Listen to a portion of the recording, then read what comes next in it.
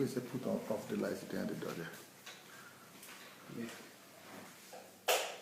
Okay. And the first one here.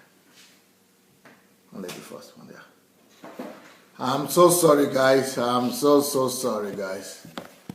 Oy. The opposite. I'm so sorry. Well, something went wrong with the internet here.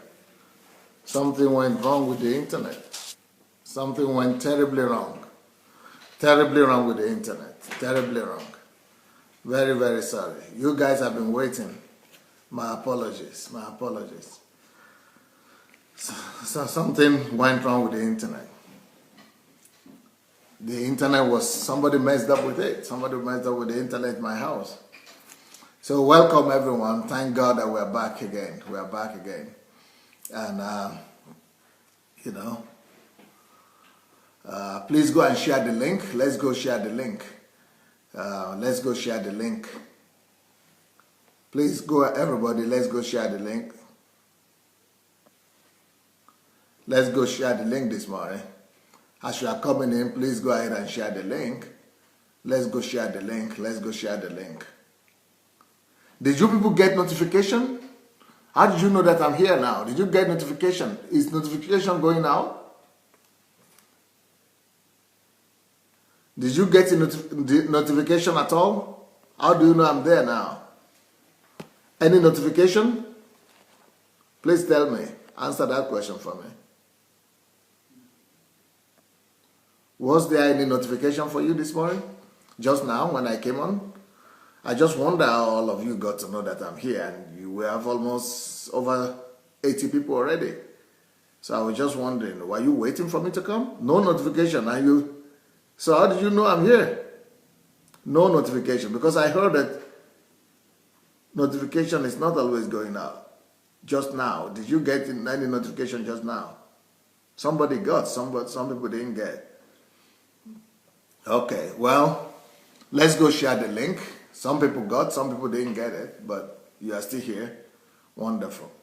Let's go share the link. The topic of today is going to be very interesting, very interesting. I'm talking today about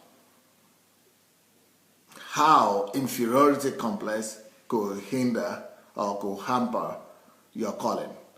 How inferiority complex could hamper your calling. How inferiority complex could hamper your calling. Now, I have someone here, and one of the students, one of the medical students, who is here and in Ukraine studying, and he told me his story. And that story is a typical story of what people go through, especially in Africa, and also in abusive homes in Europe and all over the world. And because of inferiority complex, some people can never come to understand their calling. That book that I wrote, Who Am I and Why Am I Here, is one of the topics that it deals with is inferiority complex. So we're also talking about how to deal with inferiority complex, the complexes and feelings of guilt and things like that. So that book is very detailed. It details all kind of situations that people go through. And but here we have a case at hand. We have a study case of how inferiority complex could go so bad. So let me introduce to you Success. Yes. Success will, do I say come forward a little bit? Or no, I think go backward a little bit. I don't even know what to do. Okay, it's okay, don't worry. Yeah, Success, introduce yourself to us. Okay. Hello, everyone. My name is Success Fakolade. I'm a medical student here in Ukraine, currently studying my final year. And I'm from Southwest Nigeria. So I'm a Nigerian. Okay. And, we were talking about the situation. I was talking about my own situation yesterday. Yes. Maybe some of you people were probably there in the morning and you listened to my story. If you listen to my story in the morning, what I was talking about was the fact that I suffered a lot with my childhood growing up, and that even when people ask for my name, that I couldn't even open my mouth to say my name is Sunday Adelaja. Just by the time I begin to say my name is, I was already broken down. I will already be broken down, crying and saying, just crying. I couldn't even pronounce Sunday. I will be crying, break down. They will just say, sit down, go away. So, it was such a big complex. Like I said, when I came to university here in Ukraine, in the university you have canteen and feeding center or restaurant. Everybody needed to take their tray and go, there to pick whatever they want to eat. But I would not go and pick because I was always thinking that everybody was looking at me. I felt that the whole world, all the eyes in the world were on me. And it was such a strong inferiority complex that I would wait until everybody finishes eating and then I would go and eat. I know almost, in university, almost by that time, no food again to eat. And also, or maybe I would just tell somebody to bring the food. Even when they have brought the food to my table, I couldn't stay eat because I'm thinking everybody is looking at me. So I will just use time to take the thing and go to the toilet and eat in the toilet because such a huge embarrassment and inferiority complex that I had. And so until one day I saw an Arab guy. I was sitting there and not picking food. Everybody was eating, the people were finishing the food, and I was sitting there. I couldn't just get myself to go because each time I tried to go, I would feel as if there are thousands, all the eyes in that hall were looking at me alone. And I was so embarrassed. It would be like if my feet were going to walk into the Atlantic Ocean, and I was going to sink inside. So that is how strong that complex was. So one day I saw this Arab boy carrying, the tray and going to and fro 3 times. He had gone to get food. And I'm still sitting there, I don't get it. I'm so embarrassed and ashamed of standing up. Then he was not just going to get food all up and down. He was going and making noise, because he had his friends on the table. He leaves them, goes, and while he's half the way, before he's talking right across the whole auditorium. There's like 200 to 300 people shouting, what do you want? In their language, shouting and just so free. I said, this guy is not just going 2-3 times to get food. He's just behaving as if he's a hooligan here. Nobody is even stopping him. So if somebody will just be shouting and disturbing everybody's peace, nobody even cares. So maybe these people are not even looking at me. No, they are not even seeing this one that is, behaving. As if nobody cares. I think my own situation was that in my village where I come from, if anything you do, the whole village sees you. And the whole village tries to correct you. And everybody's, so everything I do attracts attention. But here, this guy was doing all kind of rubbish. I mean, he was eating as he goes. Everything just, like I thought the whole place was supposed to go after him and just stop him. But nobody even said anything. So I said, maybe they are not even seeing me. I'm just going quietly to get the food. Maybe nobody is looking at me. So I decided to give it a try. I said, okay, let me just try. Let me try. Then I saw that I stood up. Nobody saying anything. The world is not collapsing. But even when I started going, as I was going, I was still feeling that my legs were going to step into river or water, and I was going to sink. But I was saying my legs were holding. It was holding ground. And they kept on moving, and nobody interacting with me. Nobody even noticed that I was existing. So that is what the inferiority complex means. When you think that it's only about you, everybody's about, you are hung up on yourself, what people are thinking about you, what is happening to you, and everybody, but really nobody was thinking about you. Everybody is thinking about themselves. Nobody is thinking about you at all. I never knew that. Now I help people to say, don't worry about what people think. Nobody even thinking about you. Everybody is thinking only about themselves. So this book, if you don't have the book yet, you can order it. The Karen Adelaja is one of the people who helped me to edit it, to put the corrections in place, and Vania from London, they helped me to edit it, and but it's still not the best because we interpreted it from Russian language, but at least you can get the message. So follow the link. If you are in Africa, you can go to Okada Books, or if you are in Europe, you can go to Amazon or other things. So you see the link over there. And it will help you. So anyway, so inferiority complex, when you have inferiority complex like that, you don't really have time to think about your destiny, about your own calling. I mean, you miss the road, you are under the influence of other people, you do what other people want you to do, you cannot, stand your own ground and all kind of things. But the story that I'm hearing today might even be worse than my own to some extent. And I want to introduce you to success again. How did your own situation start? Because how did we even start to talk about when you were telling me yesterday, right? I think that was what started the situation, the thing for you. So when you heard me tell my story, I saw that you were very emotional. What did that do to you? Thank you so much, Pastor. First of all, I must appreciate you for this opportunity. Yesterday, you were sharing about how we can see our destiny through the eyes of other people. And one of the points you raised was the fact that it could be through what people positively compliment us about, which, of course, is great if we have such people in our lives who compliment you very positively about what you do well and all of that. But towards the message, or within the message, the pastor raised another point that oftentimes you also have to take notice of what is it that everybody is kicking you about. What is it that people are constantly saying about you? What nicknames, what names have people given to you and all of that? And when Pastor began to recount his own life story and life experiences, I was sitting here with Pastor, and to be very honest, it was just like Pastor was replaying my life back to me. I could vividly see myself, the truth of the matter is that perhaps there are certain aspects of my life that I always don't want to unveil to people, I really don't always want to share. But then I thought that, one of the ways to really come out of certain situations and circumstances is to be able to share your story and let your story be able to help a lot of people. So I decided that, okay, I'm going to share a certain part of my story this morning. Basically for two major reasons. One is the fact that perhaps this can help many parents-children relationships. And also, more importantly, it can also help people to discover their calling in life. Like I said before, my name is Success. I was born in 1989, so currently now I'm 27 years old.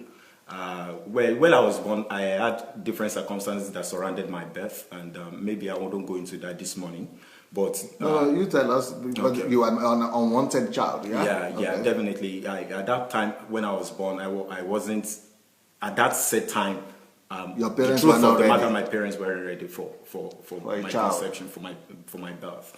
And that practically guided most of my childhood. Really, it guided most of my childhood. I practically felt that reaction everywhere, like that. How do you feel it? How do you know? You are not born that time. How will you feel it? No, like growing up as a child, the way everybody treated as a child, the things that I have to go through, the experiences, constantly it has to be like things of, rejection, like, so many of those. How do you describe it, the rejection? Just tell us instances. What is rejection? It doesn't mean anything to me. All right, sir. Like rejection could mean maybe something. How do they treat you? Don't just give me the definition. What made you to feel it? Okay, now this is it.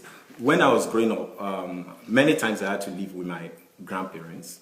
Most of my childhood, I did so many dark areas really within my childhood that oftentimes I even try not to go there.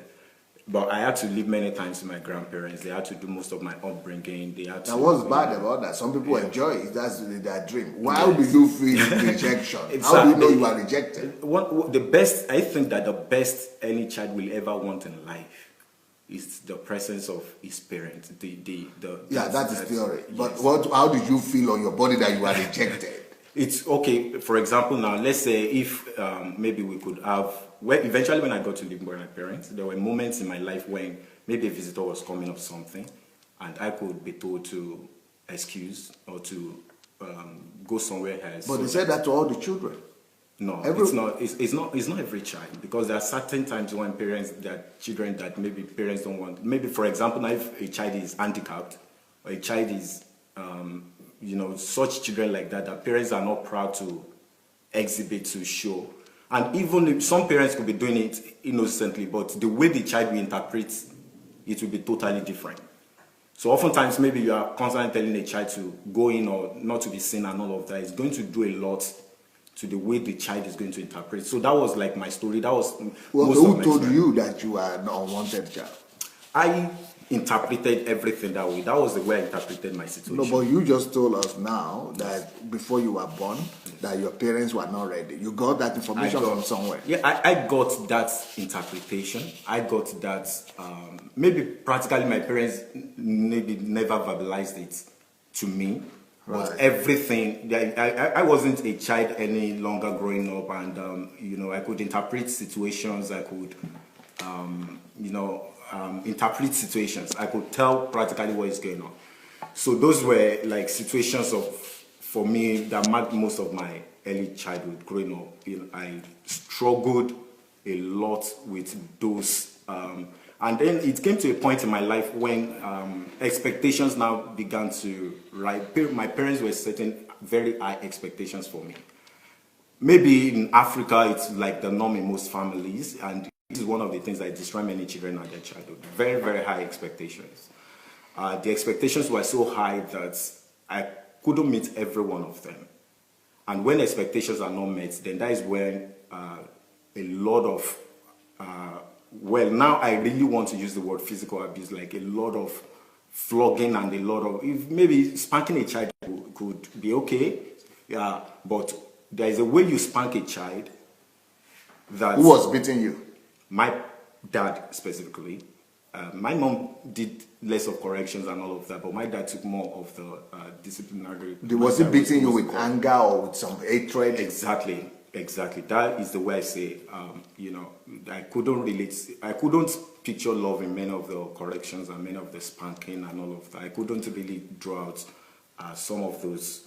I couldn't draw love. But your father was a pastor. Yeah, exactly. He was. So maybe that is also another factor, because sometimes pastors' kids are expected to be more upright, to be more. So sometimes the correction level is so we practically are cracking when we are too compressed and too pressed. So that was the situation. The expectations were so, and when I wasn't meeting to some of the expectations, then a lot of hurtful words were used. Many of the words that were used that were names that were called, that I was called and all of that, because when authority figures in a child life, when you use certain words on a person, for life, that person may not forget those words. If someone is called those names outside, for example, if I was called names outside, maybe it wouldn't really matter to me. But if people that are very close to me, you know, begin to use certain words and names and all of that, then they stick. And they become the yardstick by which I begin to measure myself. But also, incidentally, I was doing well at school. I was really a great child when it comes to academics. I really never had any struggles academically. At the time, I even won the National Mathematics Award in my country. But all those things, I was being celebrated outside. But when the people that matter to me in life weren't celebrating, they weren't connecting, they weren't sharing the joy, they weren't seeing what other people were seeing, all of the greatness and potential that maybe other people at one point or the other pointed my attention to. When the people who matter to me in life weren't celebrating that, then all of that didn't mean. So your father didn't know that you were brilliant? He definitely. So how did he respond to that? It didn't mean much to him. He didn't. So did he know that you were doing well in your class? Absolutely. I was being celebrated everywhere, sir. So when you bring your result home, what will your dad say? Okay, when I brought results home, oftentimes it sounds something like, well, it could be better. This is mathematics, you had maybe an 80%. Well, why not a 90%? Why not a, you know? I'm saying all of this not because I made we're not talking about that. We're talking about the situation. You have still not communicated to us the rejection. So for example, when I bring home a result, it's often something like, it could be better. Like I'm expecting people to celebrate me because maybe, for example, consistently I've been ahead in class and everybody is talking about that. But when I'm home, I want everybody to also bring that joy, to celebrate with me, to celebrate me like a great kid. Because maybe your dad was saying that your result was bad. Yes. No, maybe it was not complimenting you because you were underperforming or something. No, absolutely not, sir. Okay, give us some statistics. What are the marks you had, and what would your dad complain if you had good marks? Okay. Let me share this particular incident. Maybe it will make the picture clearer. All through my elementary school, I consistently was the first in all of my classes. Okay. There was even a time that I was moved like 2 classes ahead. Okay. And I spent just 1 week in the new class before I began to be the best ever again. So I was just like that gifted. Okay. I knew that I was gifted that way. Okay. But my family wasn't seeing that. They weren't celebrating. What did they say? They were saying that, so oftentimes they make you feel like this is normal. Sometimes they make you feel like you can do better. Sometimes they make you feel like, you know, this is you're not doing anything special. Yeah, so oftentimes I was being compared to other people. I was being compared to people perhaps maybe in other places who could, you know, or now the biggest problem now is even domestic issues. Like, for example, if I spill water or I speak, then I'm called names. Then I'm told, if truly you are that smart, can you really be spilling things? Can you really be breaking? I don't know if you get the picture now, sir. So it's like, okay, you think you are doing well mathematically, and here you're breaking things at all. That's You're really dumb. You're really not that smart. You know. So all those things it was breaking my walls of confidence. And then to make matter worse, to complicate my life, absolutely now. When I go to school now, because I was losing a lot of my confidence, of course, Pastor, you shared also about having height issues with. Yes, among other children. Yeah, I was very short. So, and I'm also like not smallish and not tall. So other children I think they began to see those punctures in my life, and they were taking advantage of it. The truth of the matter was that I was bullied at school also. And they gave me a nickname.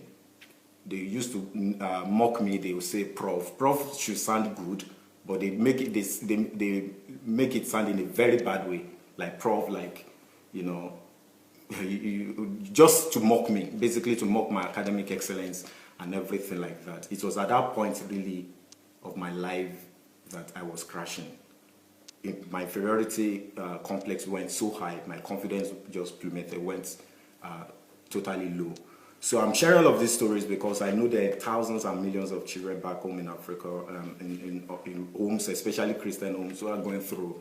So you say, you told me yesterday that, for example, you come home, let's say 9 subjects, yes, and you get A. Yes. No, tell us about that story. Oh, great. So eventually, when I was to write my school living certificate, WAEC in my school, I attended a federal school.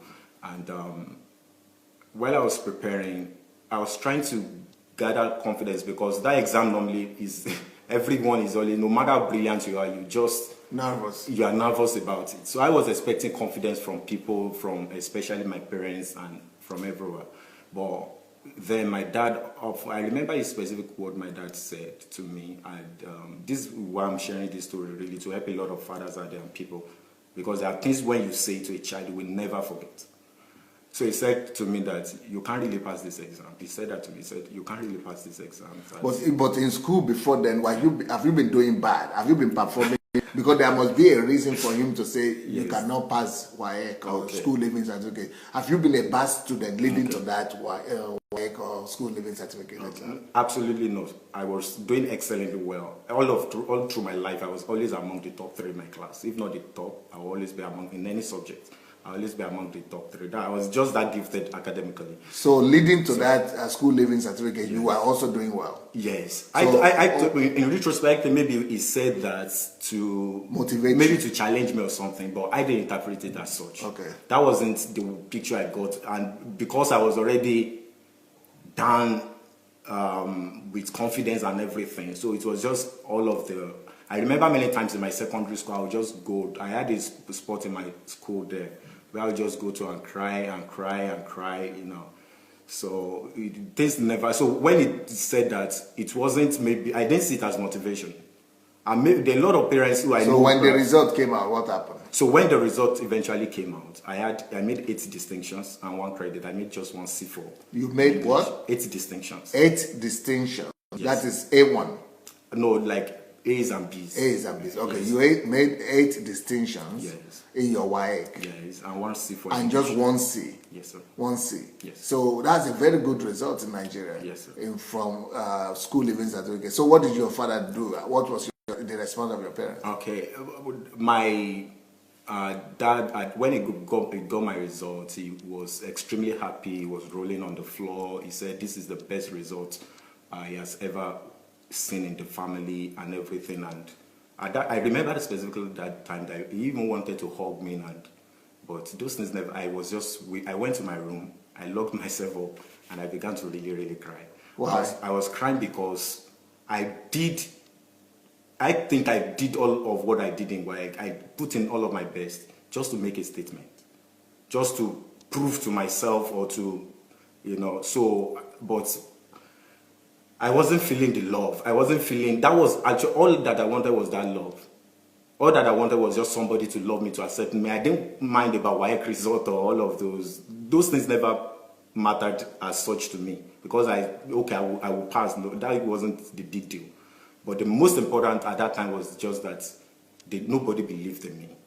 And now I've gone all the way to just make a statement to myself, to prove to myself that I'm But why were you not happy?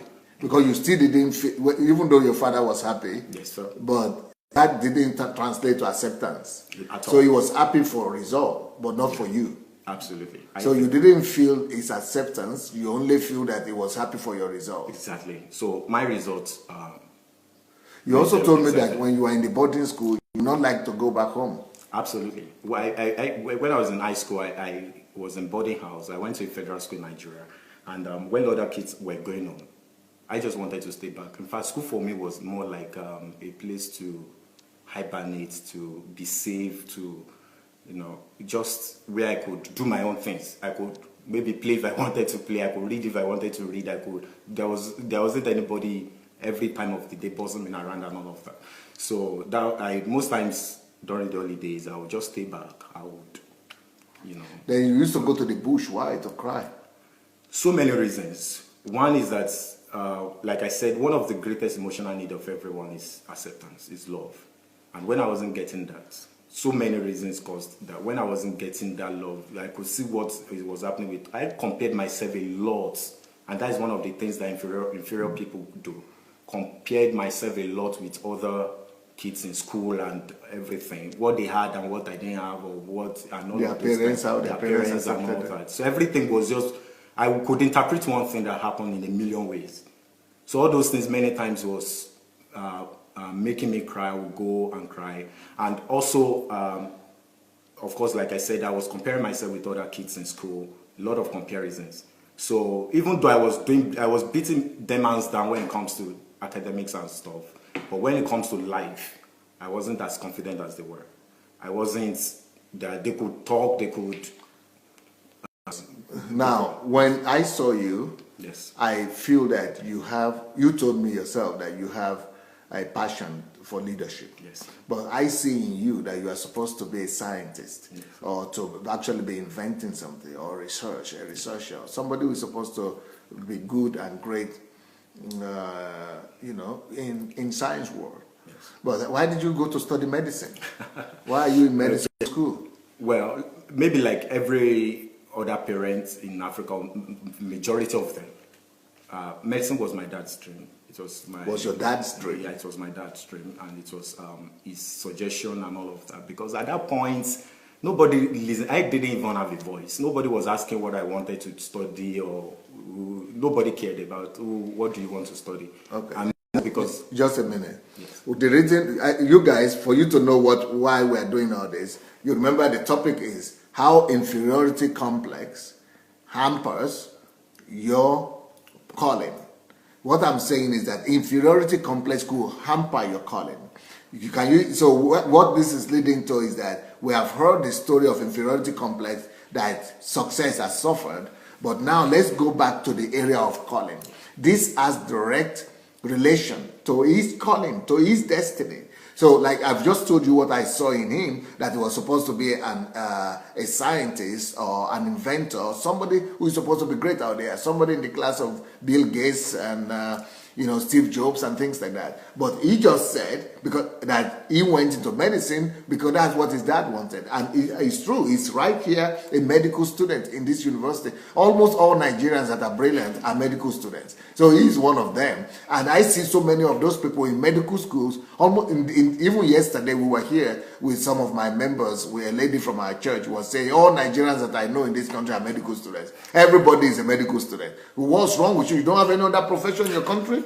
Only everybody medical student? So that is the thing. So because of inferiority complex, parents, impose their will upon children, and people, because they cannot stand their ground, they cannot, pursue their own dream, because of the inferiority complex, they just do what other people tell them to do. So why did you go into politics? I mean, into medicine?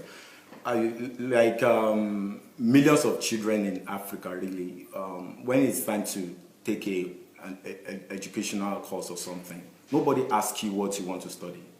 Nobody studies you and say you are very good at this, or it's always about our parents' dream. It's always about what our parents wanted, And for me, that was just it.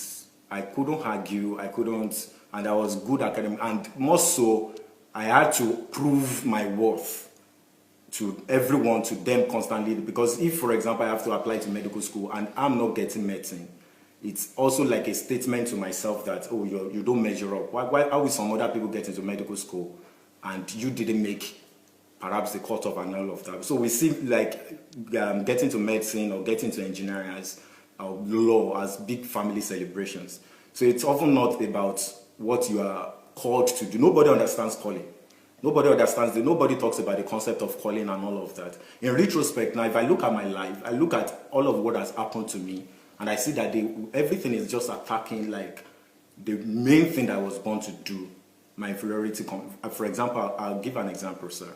Oftentimes in the family, or maybe around, they call me one nickname, very terrible name, really. Very, very terrible name. They call it Kerama Jelly, that is the one who can't take initiative.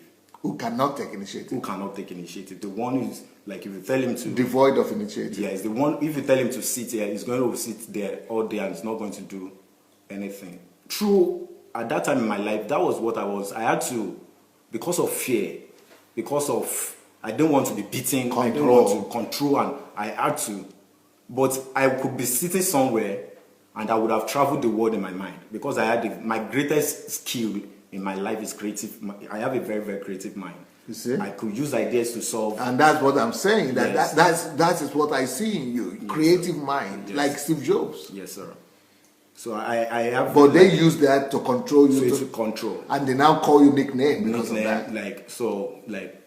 So I couldn't take initiative. And those things were being repeated again and again and again. So till I got into the university, I was practically useless. Like practically useless. My life at that time, I can say really right now with every confidence that my life really at those times wasn't worth living.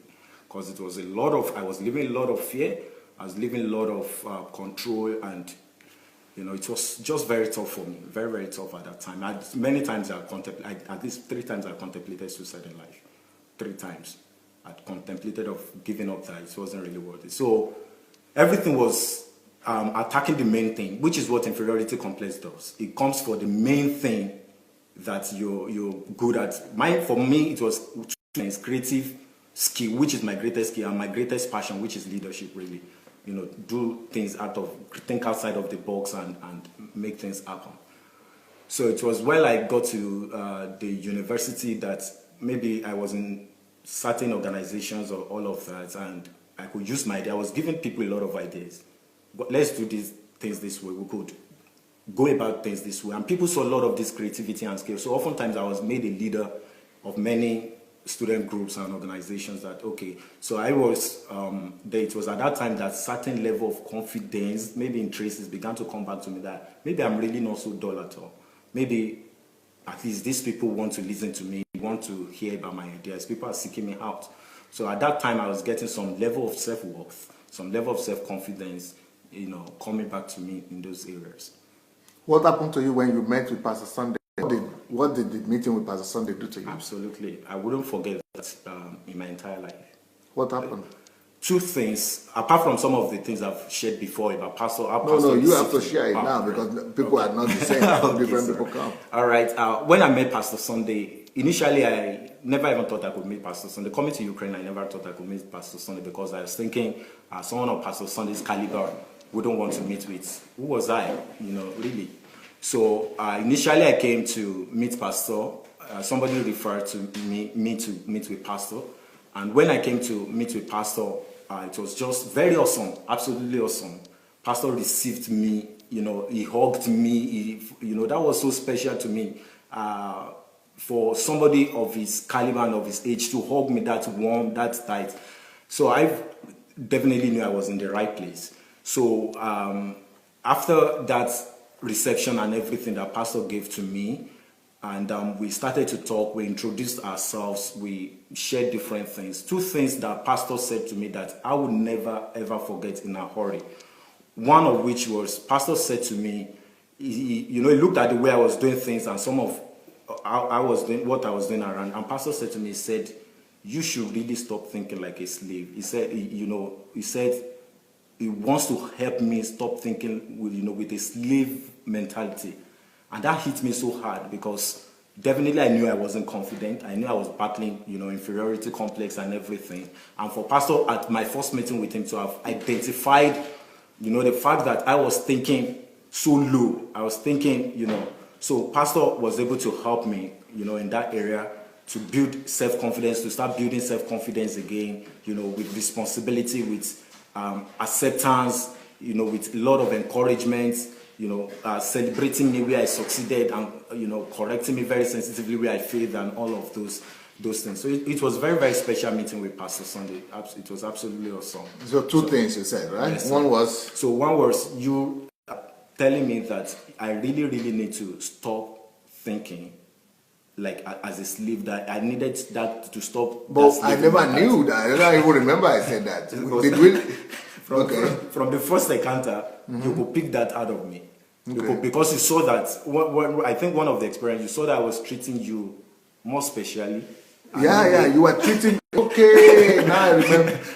Now I remember that because you were always, what happened was that he was coming to me in my presence. Everybody, all of them are like that, but he was one of them. He was always bowing down and saying, hello, sir. I wanted to hug him. He would not hug me. He would be lying. He was trying to prostrate. I wanted to hug him. I said, hug me. He was going down. I was trying to hug him. He was going down. I said, hug me. Why are you behaving? You are worth. You deserve to be hugged.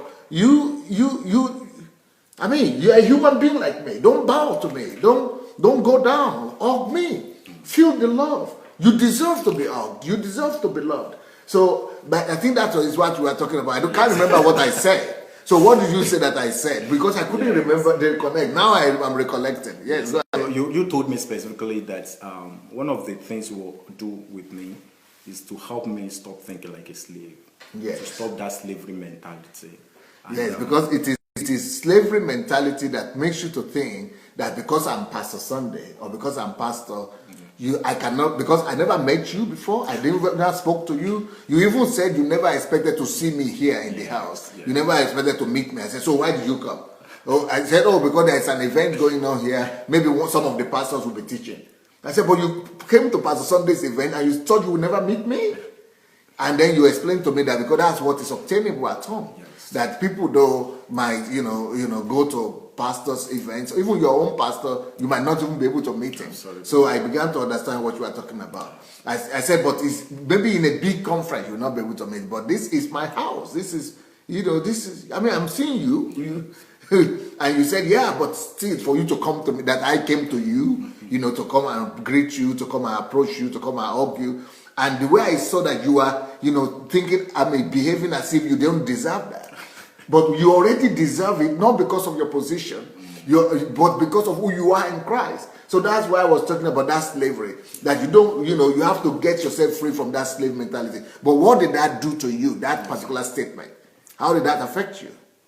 Well, before that time, I knew I had crisis. So it wasn't even about acceptance an issue for me at all. But it was a challenge. It was a challenge on many grounds because, well, I saw the way you related with people. I saw the way you accepted people. So I definitely, that for me was taking me back to the origin of my crisis, of my problem.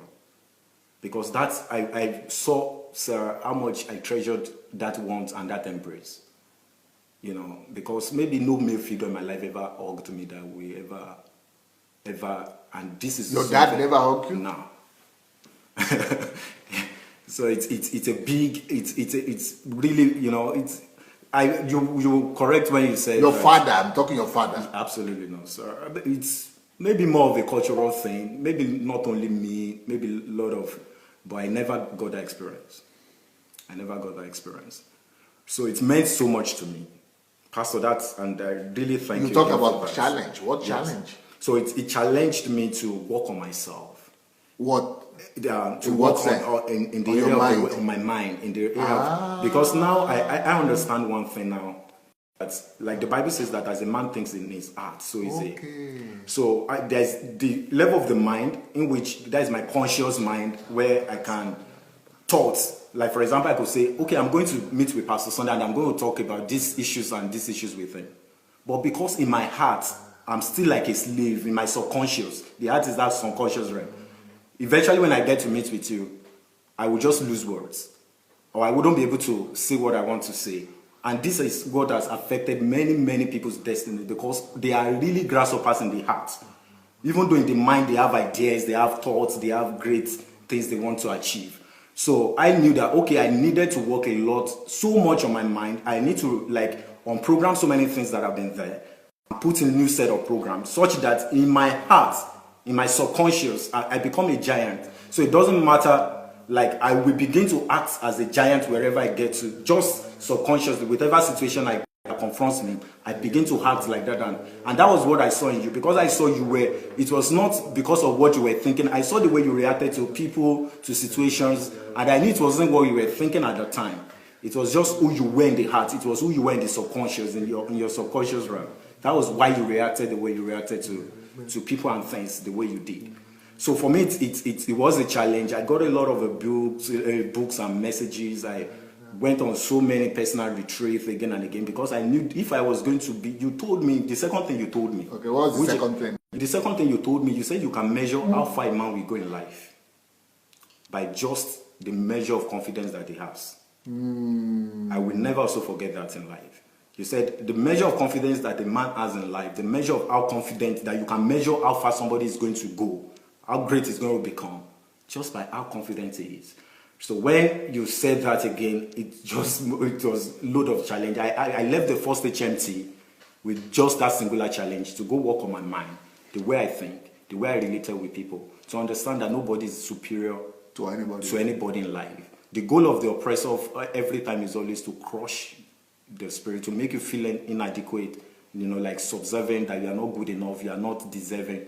And the problem oftentimes is not even what the oppressor does, but it's when you begin to believe them, when it begins to set in the subconscious. So you needed to work on those two things. One. Yes.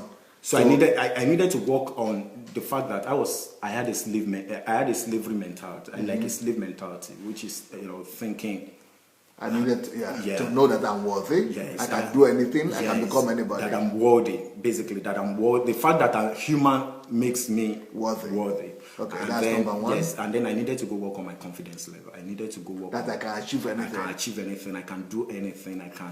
I can become anybody. I can do whatever. And most importantly, I can stand on my own. I can stand on my own because for people who feel inferior, we always feel like they need people. They need somebody. They need somebody. They are control. I need the pastor. I need the church. I need some. Absolutely, sir. Now you're getting the situation of Africa as it is. That is the problem. So they always feel needy. Always feel make you dependent. Dependent. That is the word. Dependent. Dependency spirit.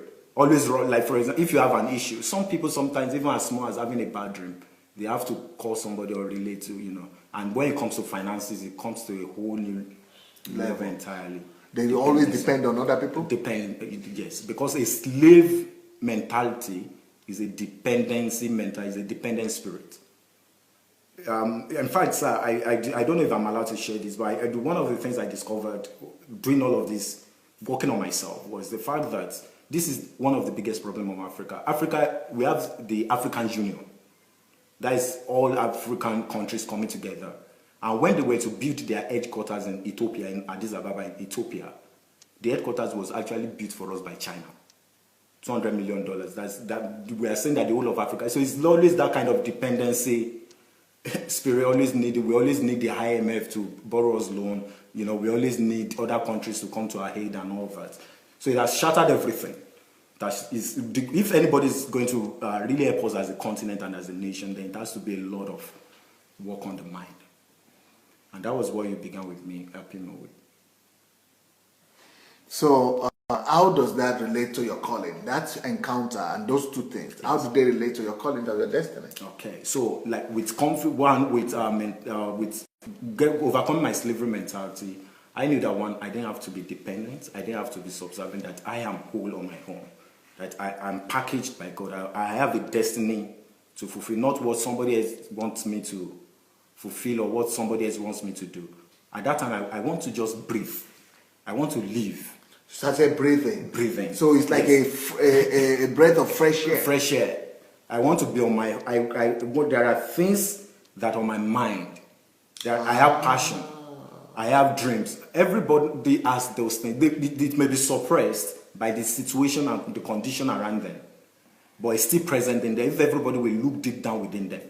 So even though inferiority complex was weighing down on some of those things, and you know, we go to class and many times, because I have a creative mind, many of the things that the teacher is saying, in my mind I'm thinking we could bring a perspective, but I'm thinking if I talk to a teacher like this, wouldn't they see me as maybe rude or rebellious, or what do you know, you are just a student and all of that. So I couldn't talk at that time.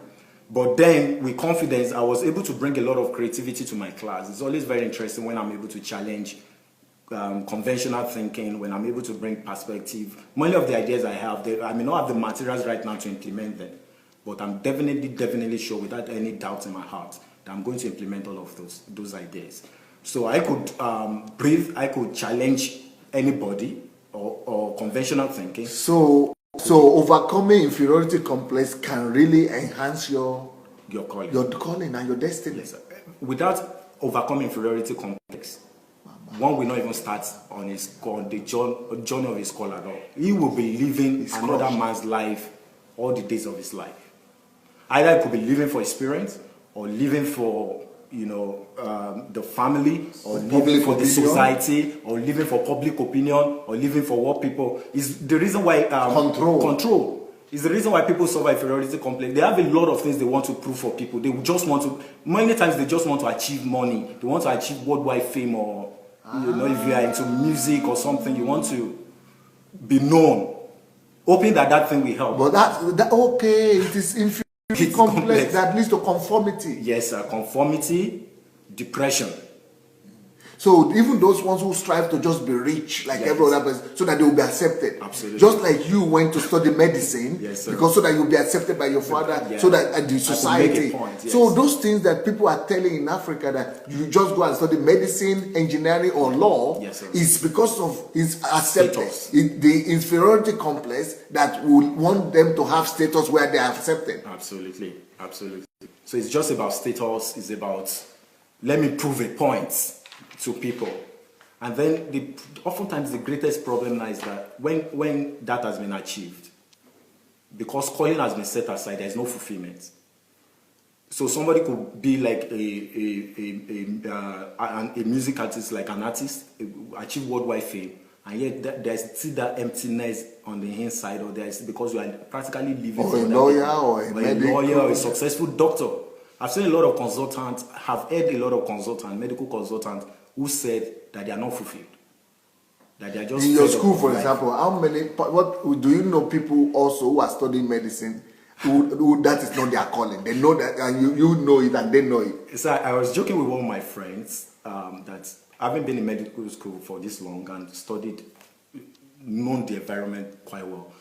That 90% of the people that I see in medical school were not called to be medical. 90%? More than in Nigeria? All over. I'm very, very especially sure of this environment in Ukraine. that 90%. The students. The students are Nigerian students. Nigerian students are more than 90% were not here, were not called to do medicine. But they didn't have the confidence. That goes to the second point, yeah? They didn't have the confidence that to say no.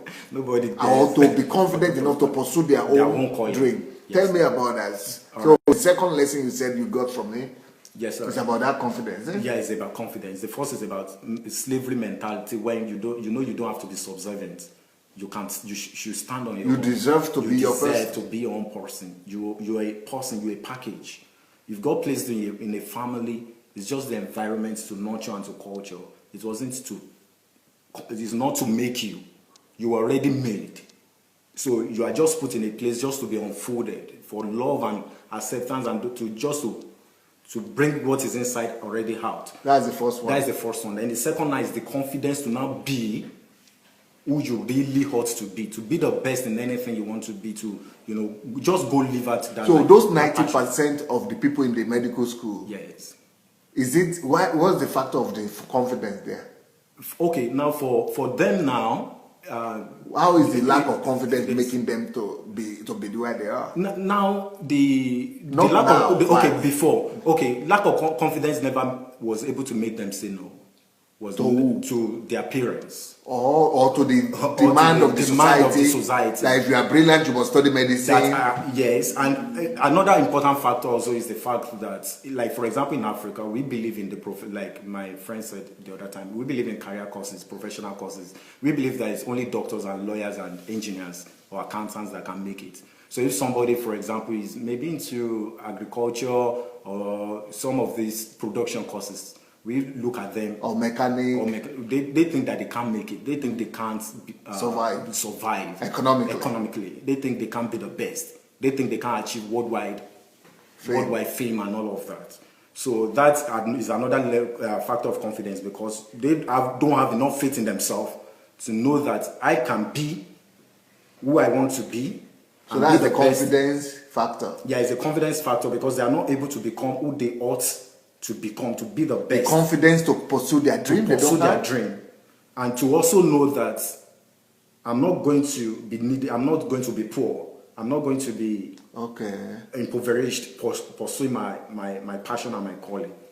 So it takes a lot of confidence to do that. It takes a lot of confidence to stand out of the status quo, out of the norm, to stand on your own. Stand on your own. Everybody's doing this. And for you to say no. To go against the tide. The tide. You are going against the majority.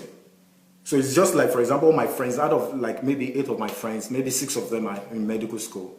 And then they say, what are you studying? And I say, I'm studying philosophy. I'm not respected. Nobody respects that way.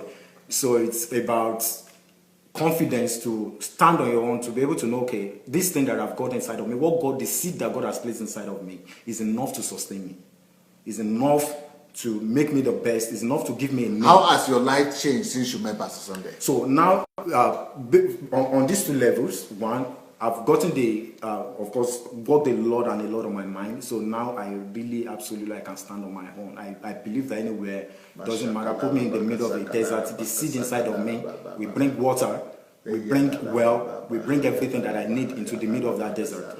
And then the second is the confidence for me to now even go pursue what God has placed inside of me, to pursue my dream. Right now, I'm really not scared of people. I'm not, people's opinion or what people think or people's expectations and all of that. That's helped me a lot to be able to stand on my own, to challenge status quo. It's one of the things I do a lot, to bring new ideas, new innovations, dream new dreams, and and find out ways that it can be implemented. So one of the things that, Pastor, you've helped me achieve a lot, working again and again on my mind. And you also told me some of the best things. You've seen the potential that I carry, which is, for me, most precious. When the same way the inferiority complex works, I think is the same with confidence. Regularly to somebody's mind till he believes it. And confidence also is about speaking very positive things to somebody till he absorbs it and he believes it by himself and he begins to act it out. So your daily words of encouragement, you're speaking very positive words over me, you're giving me tasks and believing in me to do what I can do, letting me release my creativity and You don't conform me, you don't give me this is how and how and how. You just tell me what you expect. You tell me the standards, and I just go look inside of myself and see how to get the job done. So that's a lot has helped. It has. So the freedom. Yes. So to giving you the freedom to express yourself, to be yourself, to be myself, also boosts confidence. Absolutely, sir. Because it took the leadership in you to know that I already carry greatness inside, and that you don't have to. So that's also trust. Me trusting you. Trust, yes. Makes you to do what? What does that trust? My trust in you. What does it do to you? So the trust makes me understand that for it to be given to me, I already carry what it takes to get it done on the inside. So I don't even, you tell me oftentimes that, it's not about copying your method or your style or how you do things. It's about, for me to be original, to be me. I don't have to copy your temperament. I've listened to a lot of your teachings on that when you say, I don't have to copy your temperament. I don't have to copy your style of dressing. Or I have to be me, to be original, and just express freely that whatever thing I carry on the inside.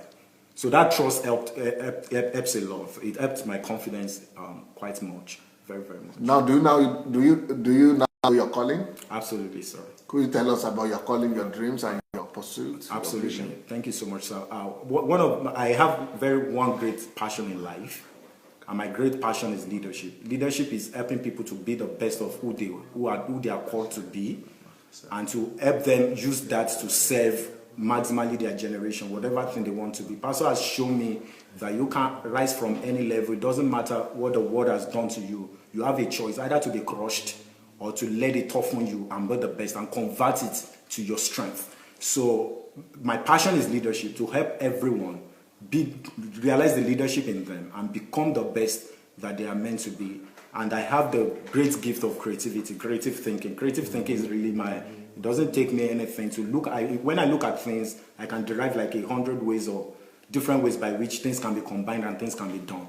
So I'm constantly using that to help people, to help them discover what they were meant to be, and when it comes career-wise, your pastor has spoken over me again and again that I can use this creative thinking to be one of the best inventors. So I already told my friends some ideas I already had and some things like that. I'm always thinking about coming up with new ideas. Every day God gives me a new idea. So it's just for me now to be bold, confident, and find systems and structures to implement those things. Yeah, not just to be bold now, but since you know that, because everything God gives us always comes in form of a seed. Yes, sir. So that thing in creativity that you already have, that is your nature. That is your calling. That is your calling. That is what God has built in you. Yes. Now, leadership is your passion, yes, but this is your calling. Yes, so that your calling, it comes as a seed. Now, for you to really maximize it, the key is to develop it.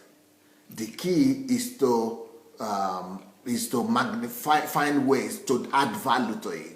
It's just like saying you have flair for a musical instrument. Yes. You could play, but if practicing yes. and rehearsals, they perfect, they germinate them, they cultivate them, they develop them. So the ability, the way to use creativity technically, through computers, developing that skill, magnifying, it and growing it. That's what it's called, tilling your ground. So you have to till that ground. You have to till that creativity in you, and that is what now giving back to different things.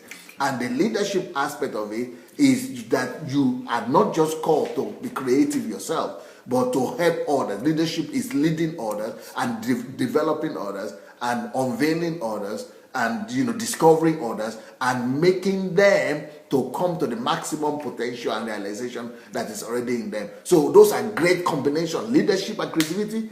If anybody that has that, they can change the world. Because the thing that made Steve Jobs to change the world is not just its creativity, yes, but leadership. It goes to show, yes. It shows the whole world, it leads the whole world in the way to do this. Leadership is sharp new ways. Bill Gates, the thing that made him not just the creativity, but the leadership. I will put this in everybody's house. I will initiativeness. That's what leaders do. So those two combinations, they are dangerous. For example, I know that I have leadership. Yes. But I'm not sure I have creativity. But I have critical thinking. Yes. So critical thinking and leadership is what I am using. But you have creativity. Yes, I have creativity too. But I try to develop it and look for it. But if you have it naturally and leadership, and then you magnify and amplify those two, so research, finding ways of how to maximally create and things, and to develop creativity and magnify that potential of creativity, and and amplify that potential of creativity, and also leadership, magnify it, provoke it even. There is nothing. In fact, if you don't leave your mark on history, if the whole world doesn't get to know and recognize you, even me, I will call you a waste. Because with that kind of combination, I mean, I don't know how you could forgive yourself, or even God could forgive you. So now, but the problem, what makes people stop, is that they are limited because they don't know that they have to add value and magnify that creativity itself, and that those two potential gifts. Their initial gifts only come as a seed. That seed has to mature to become a fruit. That seed has to be mature to become a tree. And the process of seed becoming a tree is a whole long process. That is the process that really matters. The ability for you to turn that seed into a tree. And that will now bring forth fruits. But to go beyond that and make those seeds that you are having, those are different seeds, ideas, to make them to become a forest. That is what I have done. And that's what you are going to do. But, and then to put that in, the leadership is what makes you to make the seed to become not just a tree. Working on yourself is what makes it to become a tree. Magnifying, working, and but leadership is what makes it to be magnified, amplified, and to make that tree become the forest. So those two things, I mean, the ideas, it takes the seed to become a fruit, the idea to become product. That takes hard work. That takes adding value to yourself. That takes developing yourself, skills and things like that. But you cannot get all that in medicine. Medicine is too small. You get all that through self-education. Self-education, studying, researching by yourself. So, what are these? Because now you talk to me freely. Yes. You correct me. Yes. You bring ideas to me. Yes. You share yourself with me. You are with me all the time. Yes. You come anytime you want. Yes. What do you think this will do for your destiny, or what has it done for your destiny? For my destiny, I'm free. Really, that is what it has done. Now I'm living. I can practically say now that I'm living. I was able to go back to my past and understand the root cause of my problem. Okay. I was able to, because that is taking responsibility. It's not about being hungry. I'm not hungry. I'm not angry with anybody. I've forgiven whoever. Nobody hurts me right now. But it's about me taking responsibility that, okay, I was hurt and I need to deal with this. And if anybody's listening to me right now and having issues with inferiority complex, you have to understand that you were not born with it. Somebody spoke certain things, or you thought about that by yourself in a certain way. So it's for you to take, first of all, take responsibility for it and uproot it. And with the same way that those negative seeds have been planted, then it has to uproot and the new seed of confidence, being sown into you. And sometimes I think, so I don't know if I'm to suggest, but sometimes I think this is where mentorship comes to, because mentorship for me has given me a lot of leverage in life. A lot of leverage. Oftentimes I used to tell my friends that, okay, maybe if I never met Pastor Sunday, I wonder what my life really would have become. I would have been a chicken. I would have died like every other regular person in the world. When, of course, I knew that something kept telling me from, even when I was going through some of my crises, the reason why I didn't kill myself, well, of course, my mom, I was thinking, what will you do to her? And two, something kept telling me that I was born for something greater. So those things kept me, and then when I met Pastor Sunday, he was able to unleash, he was able to speak words over me constantly again and again, to the extent that now I sit at table with Pastor, we discuss very freely, like a father-son relationship. So that leverage has given me massive points ahead in life. So, but people should know that you are not living in Kiev. You are not living in the same city as me. yes. But you are still getting maximum from me. People should know that it takes that self-discipline, Yes. self-education. How do you learn most from me? Do you listen? Do you follow? What happens? That people know how to work on themselves. Absolutely. I told somebody Since that, the first time we met. yes, sir. I told somebody that there is no single day of my life since the last 2 years that we met. The minimum that ever happened is in fact, I gave myself a target of reading all your books. Right now, I've read more than 15 of your books. And every day I listen to at least one of your message, either of yours or Dr. Miles Monroe's message, at least one every day. That is the minimum I ever do. Sometimes I listen to as much as 5. Sometimes I go on my retreats and just keep, because it's a mind thing. So, and for the greatest work is always to change the mind and how, because we've been configured, either you like it or not, as an African perhaps, or maybe as a regular, there is a way you have been wired, you have been configured to think. And if you are going to change that, then there has to be it's like you unload a software and you have to reprogram a software. You can believe that is not going to be easy. So it's a lot of work, a lot of reading.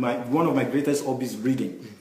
Get a lot of Pastor Sunday's books. I'm always reading Pastor Sunday's books, always listening to Pastor Sunday's messages. I have your messages on my phone and everything. I have an headset. Just and this daily broadcast, you probably listen? I'm stuck to the daily broadcast. I'm always everybody, of course, on the forum. If I go to school, when I come back, I listen. I pick a message and listen again and again. And we are the least opportunity that I have, I'm here at your house. Are you really feel any change or difference? Absolutely. For listening, for hearing me every day? This is totally transformational. This is not who I used to be. I personally know this is not who I used to be. Right now, if you put me in front of Obama, I'm going to talk to him. I'm going to give him my days. I have words, practically like having words for everybody. That confidence level just surged. So I thank God for that experience. I thank God. Yes, sir. I could share this. One of the things I discovered while trying to work on myself is the fact that inferiority complex and all of the damage that the environment tries to do aims at the best and the greatest in your life. Because if there wasn't something particular about that, the devil is a strategic fighter. Your environment, they fight strategically the greatest thing in your life. In 1 Samuel chapter 14, the Bible was talking of how the Philistines took the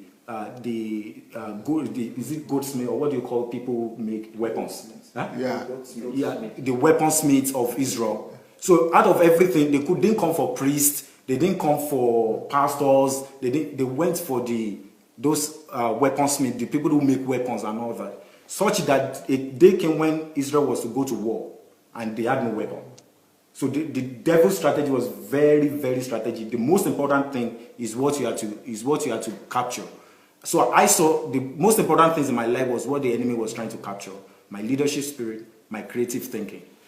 That was what everybody was saying. You are not creative. You can't take initiative. They call me all sort of nicknames too, So I had to do a lot of reprogramming, and for me to come into who I am, and of course to begin to take steps about who I want to be. So it's absolutely transformational. Okay, listening to all those messages of Pastor Sunday has changed you, or is helping to change you. When you are listening to this man, you think, okay, this is a human being also. And he's also a Nigerian. Well, what do you discover just listening? Initially, it was very